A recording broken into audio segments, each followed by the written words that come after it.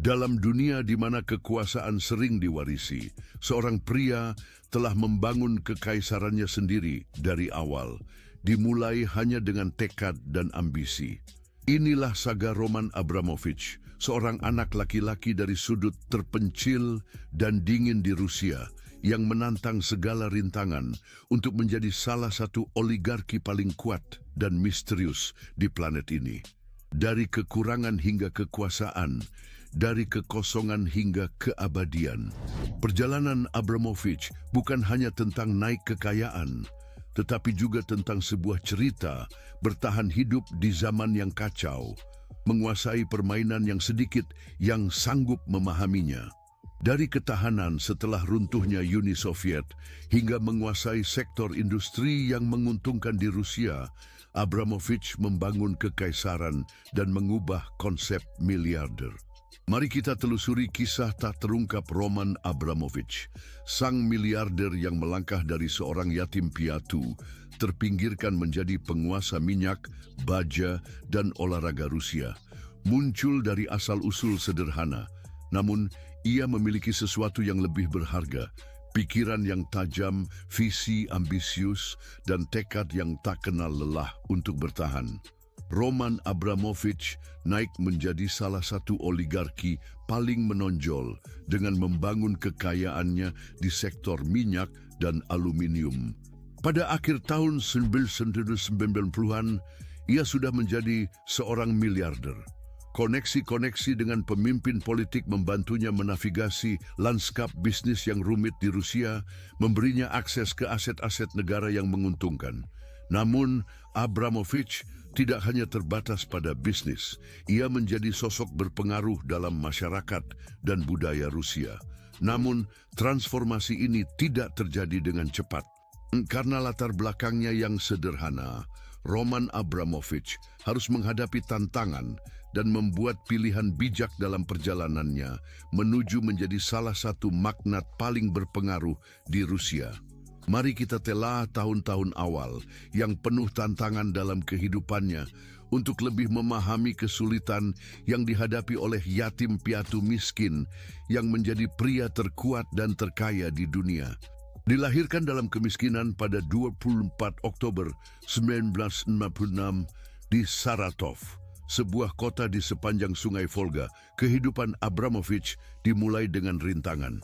Sebelum berusia 1 tahun, ibunya, Irina, meninggal karena komplikasi dari keguguran yang gagal. Segera setelah itu ayahnya, Arkady Abramovich, juga meninggal dalam kecelakaan konstruksi, meninggalkan Roman muda sebagai yatim piatu. Pada usia 4 tahun setelah kehilangan orang tua, Abramovich pindah ke Ukhta, sebuah kota di Republik Komi, bersama kerabat paternonya.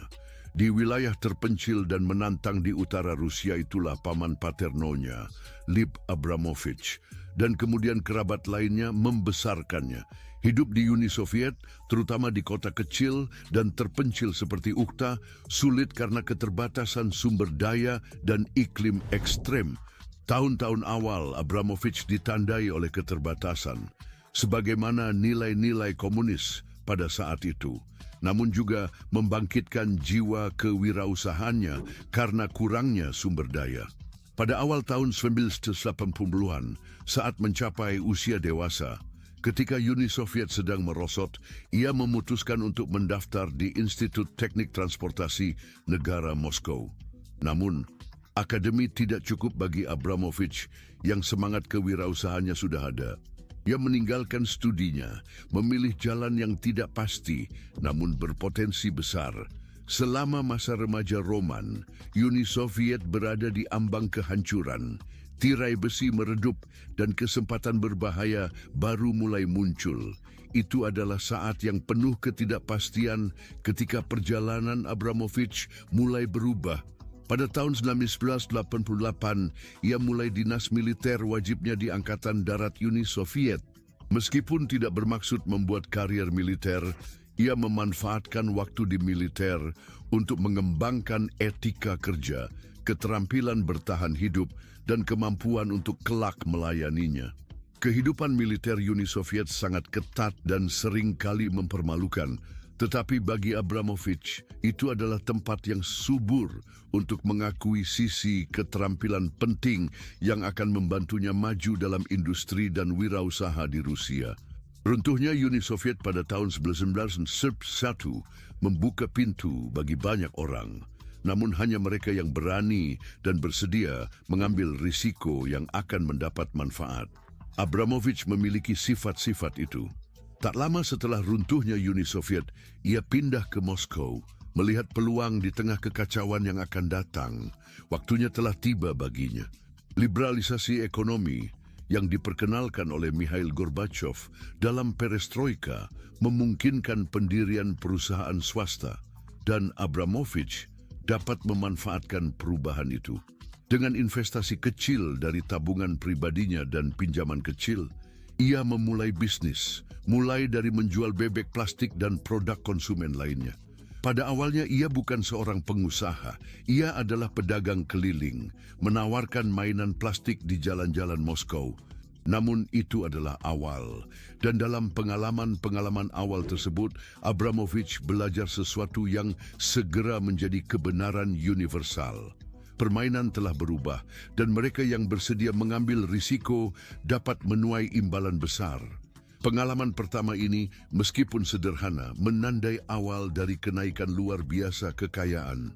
Dengan munculnya dunia bisnis setelah runtuhnya Uni Soviet pada tahun 1991, ekonomi terpusat mengalami kegagalan, memberikan tempat untuk dunia baru penuh dengan peluang dan tantangan, di mana kekayaan tidak hanya mewakili kesuksesan, tetapi juga kekuasaan.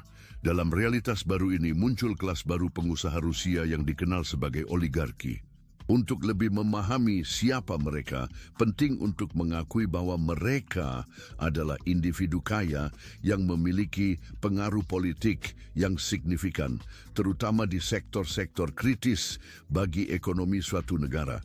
Meskipun ada oligarki di berbagai negara, oligarki Rusia menonjol dengan kekayaan tiba-tiba yang diperoleh dan kedekatan dengan kekuatan politik melalui akuisisi kontroversial atas sumber daya negara selama transisi Rusia yang kacau ke kapitalisme. Namun, menjadi seorang oligarki melibatkan menavigasi jaringan kekuasaan, peluang, dan kekejaman yang rumit, tantangan yang Roman Abramovich bersedia hadapi. Pada akhirnya, apa yang bisa ia rugi? Di tengah konteks ini, ditandai oleh runtuhnya komunisme dan kemunculan tatanan kapitalis baru, sebuah generasi baru pengusaha kuat oligarki akan muncul. Mereka melihat peluang di reruntuhan dan, meski namanya belum dikenal, Roman Abramovich adalah di antara mereka.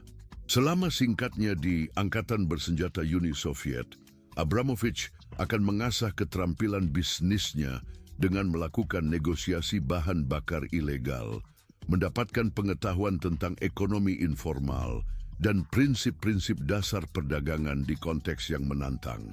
Setelah dinas militernya, ia awalnya bergabung dengan sebuah lembaga di Moskow, namun segera memilih untuk fokus pada usaha komersial. Runtuhnya Uni Soviet pada tahun 1991 membuka jalan bagi peluang dan tantangan unik, seiring dengan pelonggaran larangan privatisasi yang menciptakan pasar yang luas, kadang-kadang berantakan, di mana bisnis swasta dapat berkembang. Pada tahun 1987, upaya pertama Abramovich dalam bisnis adalah menjual anak bebek dan boneka plastik. Magnat minyak ini memulai petualangan bisnisnya dengan menjual boneka. Dengan modal awal yang sederhana, ia dan istrinya saat itu, Olga, mendirikan sebuah perusahaan kecil yang memproduksi mainan plastik di apartemennya di Moskow. Usaha ini melibatkan jam kerja yang panjang, kurangnya pengalaman awal dalam manufaktur, dan seringkali beroperasi di pasar yang volatile. Namun, bisnis mainan Abramovich terus tumbuh, memberikan pendapatan yang sederhana namun stabil, dan mengajarkannya dasar-dasar bisnis seperti rantai pasokan, permintaan pelanggan, dan strategi harga. Bisnis mainan hanyalah awalnya. Dia dengan cepat belajar mengidentifikasi kesenjangan di pasar dan mulai memperluas dan menginvestasikan ke dalam barang dan jasa lain seperti parfum dan deodoran merek-merek terkenal dengan menggunakan jaringan koneksi yang semakin berkembang. Dengan demikian, menjadi mungkin untuk mendapatkan wawasan tentang dinamika permintaan dan memanfaatkan kontak-kontak di dalam lingkaran kapitalis yang sedang berkembang di Moskow. Abramovich menghadapi berbagai tantangan sebagai pengusaha dalam beberapa tahun pertama ekonomi transisi Rusia. Ini termasuk hambatan logistik karena jaringan manufaktur dan distribusi tidak stabil dan sering memerlukan hubungan lokal yang kuat atau suap untuk beroperasi dengan efektif. Sebenarnya Abramovich mengakui telah memberi suap dan menerima bantuan dari mafia untuk mempromosikan bisnisnya pada awalnya. Kenaikannya menjadi warisan miliaran dolar di era pasca Soviet merupakan periode turbulensi, namun juga penuh dengan peluang besar. Saat pemerintah mulai mengprivatisasi aset-aset negara, para pengusaha muda seperti Abramovich memiliki kesempatan untuk mengamankan kepemilikan di apa yang suatu hari menjadi intan dari ekonomi Soviet. Salah satu dari aset ini akan mengubah selamanya kehidupan Abramovich, minyak. Ini adalah titik balik bagi Abramovich muda. Meskipun diperlukan mengambil risiko yang substansial dan utang, ini akhirnya membuatnya menjadi seorang miliarder. Dia bermitra dengan Boris Berezovsky dan menutup kesepakatan besar yang mengubah hidup keduanya, membuat mereka menjadi oligarki yang paling berkuasa. Namun Boris Berezovsky sudah merupakan pengusaha ternama dengan pengaruh signifikan di lingkaran politik dan ekonomi Rusia. Hingga awal tahun 1990-an, dia telah mengumpulkan kekayaan besar dan membangun hubungan yang kuat, termasuk hubungan dengan Presiden Rusia Boris Yeltsin. Pengaruh Berezovsky sangat kuat di dalam Kremlin, di mana dia memperjuangkan individu dan kebijakan yang menguntungkan kepentingan komersialnya. Abramovich, yang lebih muda dan kurang terhubung secara politik pada waktu itu, masuk ke dalam lingkaran Berezovsky melalui kenalan bersama. Terkesan dengan kecerdasan bisnis Abramovich, Berezovsky menerima dia. Mereka memulai hubungan yang saling menguntungkan. Berezovsky menyediakan akses politik dan dukungan, sementara Abramovich memberikan kontribusi dengan kecerdasan bisnis yang berkembang dan koneksinya di industri minyak. Kolaborasi bisnis besar pertama mereka dan salah satu kesepakatan yang mencirikan era oligarki Rusia adalah akuisisi Sibneft, sebuah perusahaan minyak Rusia. Kesepakatan ini melambangkan proses privatisasi penuh kebijakan hutang oleh saham Rusia pada tahun 1990-an, di mana aset negara dijual kepada investor swasta dengan sebagian nilai aslinya.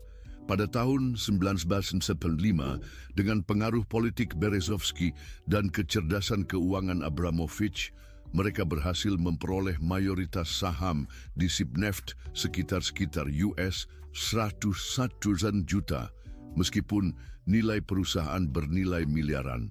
Akuisisi ini mengukuhkan keduanya sebagai oligarki berpengaruh dengan pengaruh besar di industri minyak. Abramovich memainkan peran kritis dalam operasional sehari-hari dan ekspansi Sibneft, sementara Berezovsky lebih terlibat dalam menyediakan dukungan politik dan media. Kemitraan ini memungkinkan Abramovich untuk dengan cepat mengumpulkan kekayaan yang besar dan Sibneft kemudian menjadi salah satu perusahaan minyak terbesar di Rusia, melipat gandakan nilainya berkali-kali. Sibneft mengalami transformasi cepat menjadi salah satu produsen minyak utama di Rusia yang membuat kepemilikan Abramovich mencapai miliaran dalam nilai. Namun kemitraannya didasarkan pada kesepakatan pribadi daripada kontrak hukum formal yang kemudian menjadi kontroversi. Selain investasi di sektor minyak, Abramovich juga memperluas ke sektor logam, terutama pada aluminium. Selama Perang Aluminium pada tahun 1990-an, Periode persaingan sengit dan konflik atas sumber daya berharga, dia masuk ke industri aluminium Rusia. Akhirnya, dia bermitra dengan Oleg Deripaska untuk menciptakan Rusal yang menjadi salah satu produsen aluminium utama di dunia. Abramovich kemudian menjual sahamnya di Rusal dengan keuntungan besar, meningkatkan kekayaannya. Selain itu, dia menunjukkan keahlian dalam melepaskan investasi pada saat yang tepat. Pada tahun 2005, dia menjual sahamnya sebesar 72,7% di Sibneft kepada perusahaan negara Gazprom seharga sekitar 13 miliar. Transaksi ini merupakan salah satu yang terbesar dalam sejarah perdagangan Rusia saat itu, memperkuat status miliarder Abramovich. Investasi strategis Abramovich di sektor minyak, aluminium, dan industri lainnya menandai sebuah perubahan sejak awal karirnya sebagai pengusaha skala kecil dan mengintegrasikannya ke dalam lapisan atas elit bisnis baru Rusia. Namun tidak terjadi tanpa kesulitan karena dia menghadapi tantangan hukum dan politik dalam merangkul aset-asetnya. Hubungan dengan Berezovsky mulai memburuk pada awal tahun 2000-an. Dengan naiknya Vladimir Putin ke tampuk kekuasaan, terjadi serangkaian reformasi untuk mengurangi pengaruh politik para oligarki. Kritik publik Berezovsky terhadap Putin membuatnya terlibat dalam konflik dengan Kremlin dan akhirnya dia melarikan diri ke Inggris, di mana dia hidup dalam pengasingan.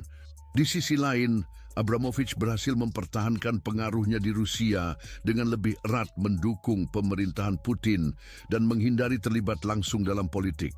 Berezovsky merasa dikhianati oleh Abramovich karena menolak mendukung oposisinya terhadap Putin dan katakanlah menekannya untuk menjual saham-sahamnya dalam perusahaan bersama dengan nilai jauh di bawah harga sebenarnya.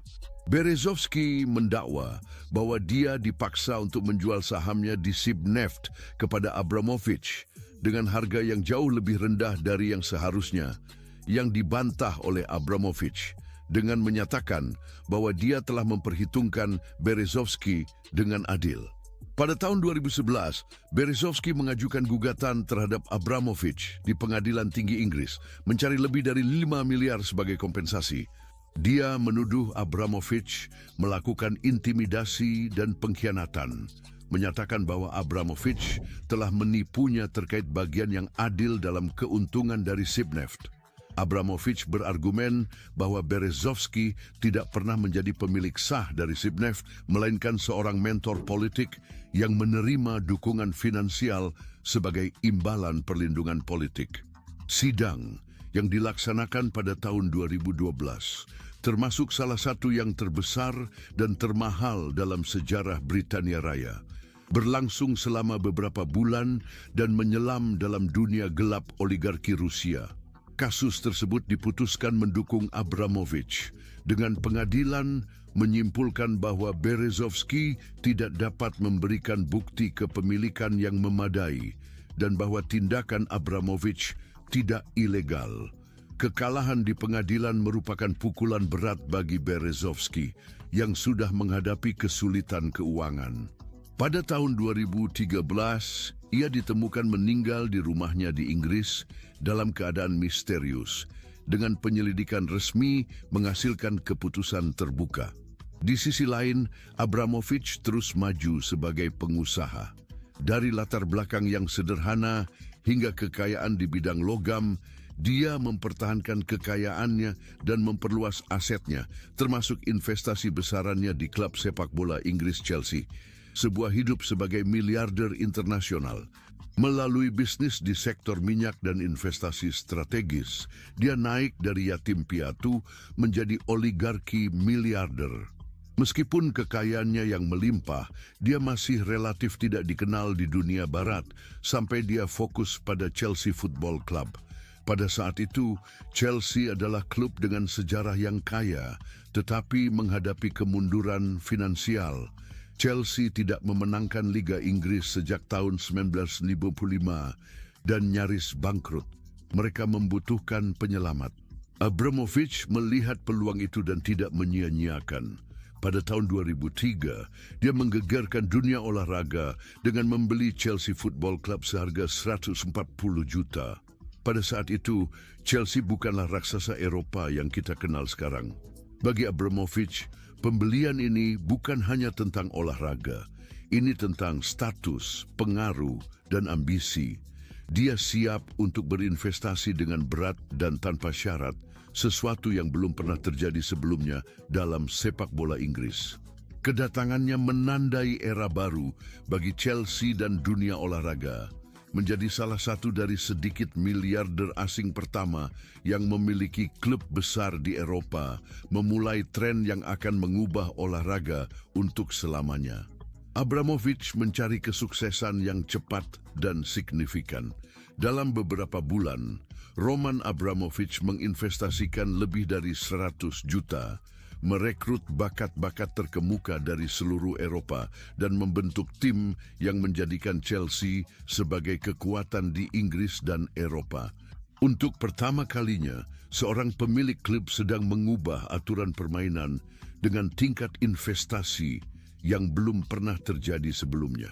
Pendekatan Abramovich tidak hanya mengganggu, tetapi juga revolusioner. Kedatanganmu menandai awal dari sebuah era di mana para miliarder akan mendefinisikan ulang sepak bola untuk selamanya. Ambisi Abramovich tidak memiliki batas. Di bawah kepemimpinannya, Chelsea memecahkan rekor transfer, merekrut pemain elit, dan membawa pelatih seperti Jose Mourinho yang merevolusi mentalitas tim. Pada tahun 2005, Abramovich mulai memetik hasil investasinya ketika Chelsea memenangkan trofi Liga Premier. Di bawah kendali manajer Jose Mourinho, budaya keunggulan, ketahanan, dan ambisi baru lahir. Tetapi kesuksesan tidak berhenti di situ. Hasilnya langsung terasa. Setelah memenangkan gelar Liga Premier pertamanya dalam 50 tahun, Chelsea terus mengumpulkan trofi, termasuk 5 gelar Liga Premier, 5 piala FA, dan yang paling mencolok, gelar Liga Champions UEFA yang didambakan. Pada tahun 2012, Abramovich akhirnya mencapai puncak sepak bola Eropa. Setelah bertahun-tahun kekecewaan, Chelsea berhasil meraih trofi Liga Champions UEFA di Munich, mewujudkan impian Abramovich dan mengokohkan warisannya dalam sejarah sepak bola. Dan bagi Roman Abramovich, menang bukan hanya tujuan, itu adalah satu-satunya pilihan. Di hati para pendukung Chelsea, Abramovich menjadi semacam pahlawan. Bagi Abramovich, Chelsea mewakili lebih dari sekadar investasi. Itu adalah proyek gairahnya, cara baginya untuk meninggalkan jejak di panggung dunia, dan jawabannya kepada mereka yang meragukan dirinya. Dilahirkan di musim dingin yang keras di Rusia Soviet, kenaikan kekuasaan Abramovich dimulai dari tempat-tempat yang paling tidak mungkin.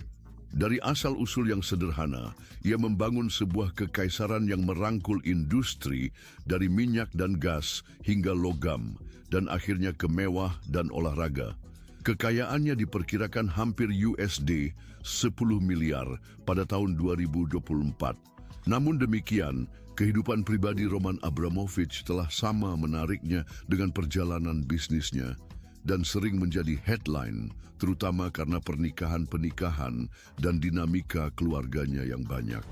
Pernikahan pertama Abramovich adalah dengan Olga Lisova, seorang mantan pramugari. Mereka menikah pada awal 1990-an dan memiliki seorang anak perempuan, Anna Abramovich. Pernikahan tersebut berakhir dengan perceraian dan diperbincangkan bahwa kenaikan Abramovich ke kekuasaan dan kekayaan telah berkontribusi pada perpisahan karena kepentingan bisnisnya menjadi lebih menuntut. Istri keduanya adalah Irina, juga seorang mantan pramugari Aeroflot. Mereka menikah pada tahun 1991 dan memiliki 5 anak bersama, Arkady, Sofia, Ilya, Irina, dan Lia. Pernikahan ini berlangsung lebih dari 1 dekade sebelum berakhir pada tahun 2007 dengan tanda-tanda bahwa perpisahan tersebut bersifat ramah. Irina kabarnya menerima kesepakatan substansial setelah perceraian, termasuk sejumlah besar uang dan beberapa properti. Istri ketiga Abramovich adalah Daria Zhukova, seorang sosialita Rusia dan kolektor seni. Pasangan itu menikah pada tahun 2008 dan memiliki 2 anak bersama, seorang putra, Aaron Alexander, dan seorang putri, Lia. Zhukova dikenal atas perannya dalam adegan seni kontemporer dan keterlibatannya dengan Garage Museum of Contemporary Art di Moskow. Hubungan mereka berlangsung hingga tahun 2017 ketika mereka mengumumkan perpisahan. Meskipun demikian, mereka tetap menjaga hubungan yang hangat, terutama demi anak-anak, dan terus bekerja sama. Abramovich dikenal karena menjaga privasi kehidupan keluarganya, meskipun memiliki komitmen yang dalam terhadap anak-anaknya. Kekayaan dan ketenarannya tentu menyediakan gaya hidup mewah bagi keluarganya, namun dia juga berdedikasi pada pendidikan mereka.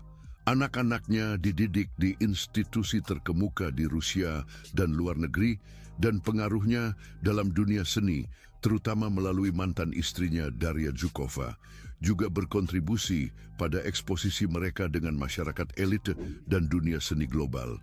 Seorang pria dengan kekayaan luar biasa, Abramovich tidak hanya hidup, dia menikmati kemewahan tanpa tanding.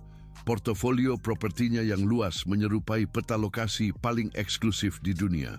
Dia dikenal dengan mansion 140 juta di London, yang terletak di Kensington Palace Gardens bergengsi, sering disebut sebagai Billionaires Row. Properti ini luas dengan fitur mewah seperti bioskop pribadi, kolam renang dalam ruangan, dan garasi bawah tanah. Mansion ini termasuk salah satu tempat tinggal pribadi termahal di Inggris. Selain itu, Abramovich juga pemilik berbagai properti di Prancis, termasuk sebuah istana di Riviera Prancis, tempat dia menghabiskan sebagian besar waktunya. Properti ini menawarkan pemandangan Mediterania yang megah dan dilengkapi dengan taman yang hijau serta struktur sejarah. Selain properti di Eropa, Abramovich memiliki tempat tinggal di Amerika Serikat, terutama di New York. Mansionnya di Upper East Side, Manhattan, yang dibeli seharga 75 juta, adalah salah satu akuisisi terkemuka di negara tersebut. Dia memiliki beberapa properti di Rusia, seperti sebuah dacha mewah di wilayah Moskow. Namun investasi properti Abramovich meluas, mulai dari pantai yang memesona di Monaco hingga pegunungan di Italia. Setiap tempat tinggal adalah tempat persembunyian. Setiap pembelian adalah tanda ketenangan dan pengaruh. Abramovich terkenal dengan kecintaannya pada yacht mewah, memiliki koleksi beberapa kapal yang paling mewah yang pernah dibangun. Yacht Eclipse adalah sorotan armadanya. Dengan panjang hampir 5,33 kaki, bukan hanya sebuah yacht, tetapi istana mengambang dengan berbagai kolam renang, ruang diskotik, dan bahkan sistem pertahanan rudal. Ya, sistem pertahanan rudal dikabarkan senilai lebih dari 1 miliar. Eclipse melambangkan selera halus Abramovich terhadap kemewahan tanpa batas. Tanpa kompromi, tidak ada detail yang terlalu kecil. Dikatakan dapat menampung lebih dari 70 kru, sebuah spa lengkap, dan bahkan sebuah kapal selam pribadi, menawarkan privasi dan kemewahan maksimal. Selain yacht mewahnya, Abramovich juga memiliki armada pesawat jet pribadi, memastikan perjalanannya sebanding dengan gaya hidup mewahnya. Di antaranya adalah Boeing 737-300ER yang dikenal sebagai Bandit, sebuah rumah terbang sejati. Disesuaikan dengan interior mewah, pesawat ini dilengkapi dengan beberapa kamar, ruang makan, ruang rapat yang luas, dan kamar mandi ukuran standar. Interior dirancang untuk mencerminkan gaya hidupnya, dengan ruang khusus untuk bersantai, rapat, dan hiburan, serta memiliki Gulfstream G150 yang dikenal sebagai salah satu jet pribadi tercepat di dunia, serta menawarkan akomodasi mewah seperti kursi yang nyaman dan ruang yang luas untuk bekerja atau bersantai sendiri. Namun, kemewahan dan kelebihan seringkali menghasilkan masalah dan peninjauan hukum. Secara serupa, keberuntungan dan usaha Abramovich sering menarik perhatian hukum, terutama dalam hal transparansi praktik bisnisnya dan metode yang digunakan untuk mengumpulkan kekayaannya. Akuisisi perusahaan minyak Sibnef oleh Abramovich pada tahun 1990-an sering dianggap kontroversial dengan tuduhan keterlibatan dalam proses privatisasi yang luas yang dicirikan oleh korupsi dan manipulasi aset negara. Para kritikus berpendapat bahwa kenaikan keuangan Abramovich difasilitasi oleh hubungan dekatnya dengan pemerintah Rusia dan elit politik. Salah satu kritik yang paling sering muncul terhadap Abramovich adalah terkait dengan keterlibatannya yang diduga erat dengan Vladimir Putin. Dikatakan bahwa Abramovich adalah salah satu orang terkaya di Rusia berkat kemampuannya untuk menjaga hubungan yang baik dengan Kremlin. Para kritikus menyatakan bahwa dia telah mendapat manfaat dari dukungan pemerintah dan perlakuan istimewa dalam bisnisnya, termasuk kesepakatan dengan perusahaan gas dan minyak negara. Meskipun menyangkal adanya campur tangan politik yang tidak pantas, hubungan Abramovich dengan tokoh-tokoh berpengaruh di Rusia tetap menjadi bahan perdebatan. Setelah Rusia melakukan invasi Ukraina pada Februari 2022, Abramovich menjadi pusat perhatian internasional. Beberapa pemerintah di negara-negara barat seperti Uni Eropa, Britania Raya, dan Amerika Serikat memberlakukan sanksi terhadapnya sebagai respons terhadap tindakan Rusia sebagai bagian dari inisiatif yang lebih luas untuk menghukum individu yang terkait dengan Kremlin. Pada Maret 2022, setelah invasi tersebut, pemerintah Britania Raya membekukan aset Abramovich dan memberlakukan larangan bepergian dengan alasan hubungannya yang erat dengan Putin sebagai faktor penentu. Aset-asetnya, termasuk Chelsea FC, dibekukan dan dia dilarang menjual klub tersebut. Uni Eropa dan Amerika Serikat juga memberlakukan sanksi serupa, membatasi kemampuannya untuk mengakses aset di luar negeri. Selain itu, aset-asetnya yang meliputi investasi berharga dalam berbagai sektor seperti energi, pertambangan, dan properti juga menjadi target sanksi. Sebagai bagian dari langkah-langkah tersebut, Abramovich dipaksa untuk menjual Chelsea FC. Awalnya, dia mencoba untuk bernegosiasi jual beli klub dengan konsorsium yang dipimpin oleh Todd Boehly, seorang investor dari AS, dengan harga sekitar 4,25 miliar. Perjanjian tersebut selesai pada bulan Mei 2022, menandai berakhirnya masa pemerintahan panjang hampir 2 dekade Abramovich di klub. Di antara aset-aset Abramovich adalah perusahaannya Millhouse Capital, sahamnya dalam perusahaan seperti Ifras, produsen baja Rusia besar, dan sejumlah trust dan perusahaan terkait lepas pantai yang terkait dengan kekayaannya. Pada tahun 2022, tepat sebelum sanksi diberlakukan, Abramovich menggunakan jaringan perusahaan yang kompleks untuk melepaskan beberapa aset, termasuk kepemilikan signifikan di mesin pencari Rusia Yandex. Dokumen yang bocor juga mengungkap sejumlah properti yang diabaikan oleh miliarder Rusia yang disangsi Roman Abramovich sebelumnya. Selain 6 yacht senilai setidaknya $1 miliar yang sudah dikenal oleh publik, dokumen-dokumen yang diberikan kepada proyek laporan kejahatan terorganisir dan korupsi dan mitranya termasuk Forbes menunjukkan bahwa Abramovich memiliki setidaknya 10 yacht dan kapal lainnya melalui perusahaan lepas pantai dan trust. Dokumen-dokumen juga menunjukkan bahwa Abramovich memiliki sebuah kapal motor 40 kaki bernama Umbra A yang dinilai sekitar $1 juta dalam laporan tahun 2016, serta 8 kapal penunjang. Menurut Vessels Value, Kup 80 kaki adalah yacht paling berharga di antara yang sebelumnya tidak dilaporkan, dengan nilai sekitar $3 juta.